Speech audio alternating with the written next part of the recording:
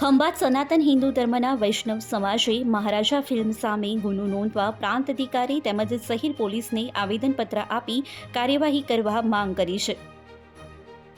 ખંભાત સનાતન હિન્દુ ધર્મના પૃષ્ઠમાર્ગીય વૈષ્ણવજનોમાં મહારાજા ફિલ્મને લઈ રોષ ભભૂક્યો છે.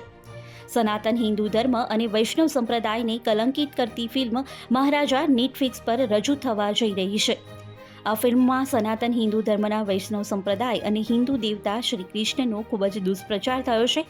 આ ફિલ્મના વિરોધમાં સર્વ વૈષ્ણવ સમાજની લાગણી દુભાઈ હોઈ મહારાજા ફિલ્મ નિર્માતા સામે ગુનો નોંધવા માંગ ઉચ્ચારાઈ રહી છે.